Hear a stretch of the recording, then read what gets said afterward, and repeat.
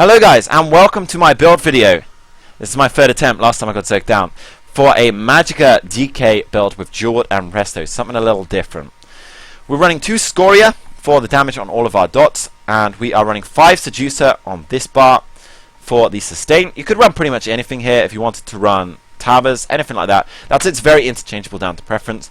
But the set you're going to want is Sun with jewelry and weapons to maximize your traits, because if you have the Sun up there, you cannot get any impen.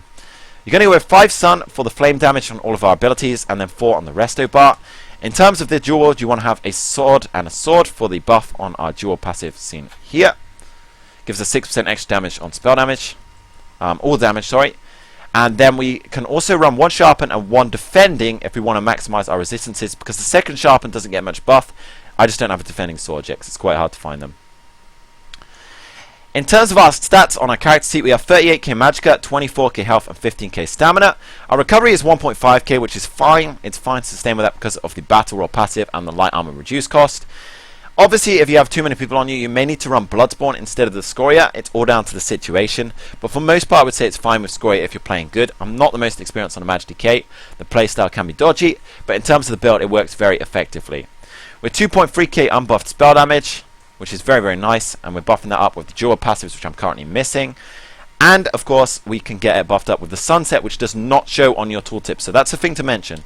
You do not see the Sunset bonus, which is 400 spell damage on flame abilities, on your tooltip. You do not see that on your stats. It is invisible. Whether it gets buffed by your CP and things, I have no idea. I've never managed to work it out, but it's certainly an OP set.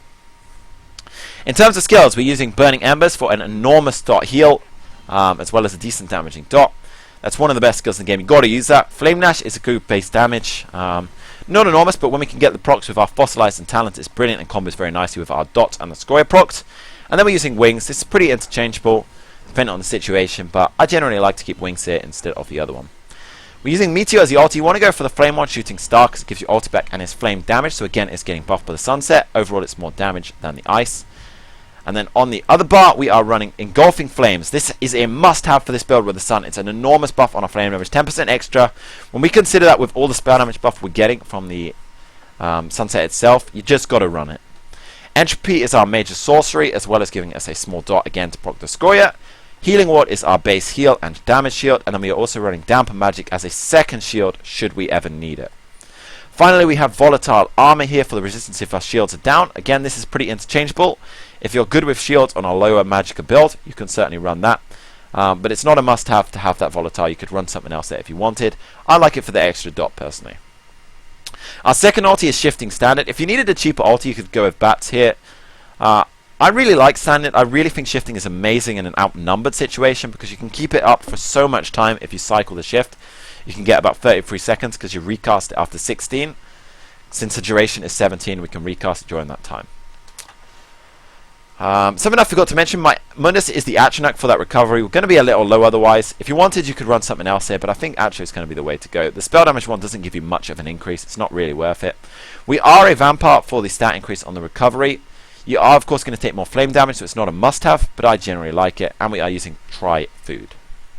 Finally, onto the champion points. The champion points we are using on the green tree, mostly reduced cost and recovery, 1 in bashing should we need to interrupt, and 6 in tumbling should we need to dodge.